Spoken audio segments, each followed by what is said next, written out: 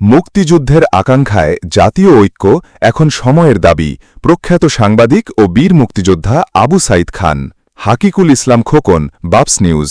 মুক্তিযুদ্ধের আকাঙ্ক্ষায় জাতীয় ঐক্য এখন সময়ের দাবি কথা বলেছেন প্রধান অতিথির বক্তব্যে Sirajul Alam Khan foundation and research সেন্টারের চেয়ারম্যান ও দৈনিক সমাকালের উপদেষ্টা সম্পাদক বীর মুক্তিযোদ্ধা আবু সাইদ খান।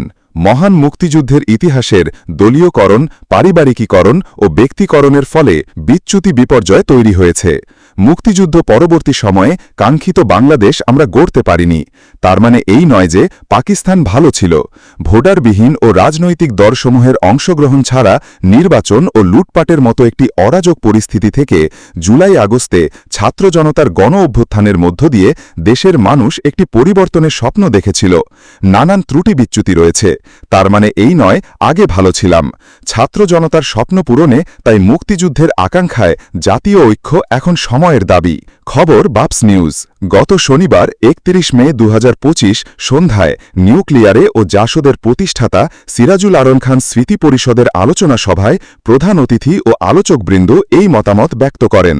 বাংলাদেশের উন্নয়ন ও প্রবাসীদের দাবি আদায় সোচ্চার হন স্লোগানে নিউ ইয়র্কের জামাইকার হিলসাইডের স্টার কাবাবের হলরুমে অনুষ্ঠিত সভায় প্রধান অতিথি ছিলেন Sirajul Alam Khan foundation and research সেন্টারের চেয়ারম্যান ও দৈনিক সমাকালের উপদেষ্টা সম্পাদক বীর মুক্তিযোদ্ধা আবু সাইদ খান। প্রধান অতিথির বক্তব্যে আবু সাইদ খান বলেন, জুলাই আগস্টের আন্দোলন ছাত্রদের একার আন্দোলন ছিল না। ছাত্ররা নেতৃত্ব দিয়েছে, কিন্তু আপামর জনতার স্বতঃস্ফূর্ত অংশগ্রহণ ছিল এই গণ অভ্যুত্থানে। জনগণের ধুমায়িত ক্ষোভ, অসন্তোষ কোটাবিরোধী আন্দোলন থেকে গণ অভ্যুত্থানে রূপ নেয়। কিন্তু গণ অভ্যুত্থানের পর জাতীয় সংগীত পরিবর্তনের দাবি, ৩০ নম্বরে হামলা থেকে শুরু করে মুক্তিযুদ্ধকে লক্ষ্য করে যা কিছু ঘটেছে তা দুঃখজনক। যুদ্ধাপরাধকে আড়াল করতে ছাত্রদের ঘাড়ে পা রেখে স্বাধীনতা বিরোধী শক্তি ফায়দা লুটছে। তিনি বলেন, দেশের মানুষ গণতন্ত্র মানে মনে করে ভোটতন্ত্র। তারা ভোটের মাধ্যমে নিজের আকাঙ্ক্ষা ব্যক্ত করতে চায়।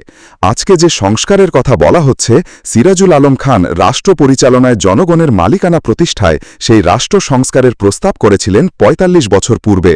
ঐতিহাসিক ৬ দফা আন্দোলনকে স্বাধীনতা সংগ্রামে উন্নীত করতে মুখ্য ভূমিকা পালন করেছেন সিরাজুল আলম খান। তার চিন্তা দর্শন নিয়ে ভিন্নমত থাকতে পারে, সেটি নিয়েও আলোচনা হতে পারে। অ্যাডভোকেট মুজিবুর রহমানের সভাপতিত্বে অনুষ্ঠিত সভা পরিচালনা করেন সিরাজুল আলম খান স্মৃতি পরিষদ নিউ ইয়র্কের সদস্য সচিব শাহাবুদ্দিন। বক্তব্য রাখেন সিরাজুল আলম খান স্মৃতি পরিষদের অন্যতম নেতা advocate Motiur Rahman, legal consultant Mujibur Rahman, Bangladesh সোসাইটির সাধারণ সম্পাদক Mohammad Hossain Khan, BAPS news editor senior সাংবাদিক হাকিকুল ইসলাম খোকন, মুজাহিদ আনসারি, জামান তপন, নজরুল ইসলাম, প্রোগ্রেসিভ ফোরামের নেতা জাকির হোসেন বাচ্চু, আবুল হোসেন, সৈয়দ জুয়েল, মোহাম্মদ হোসেন, সৈয়দ সানি প্রমুখ।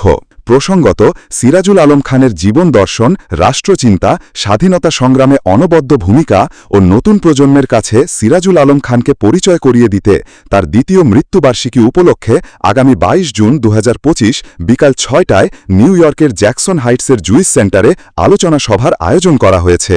উক্ত সভায় সকল গণতন্ত্রমনা প্রবাসীদের অংশগ্রহণের সাদর আমন্ত্রণ জানিয়েছেন সংগঠনের পক্ষ থেকে।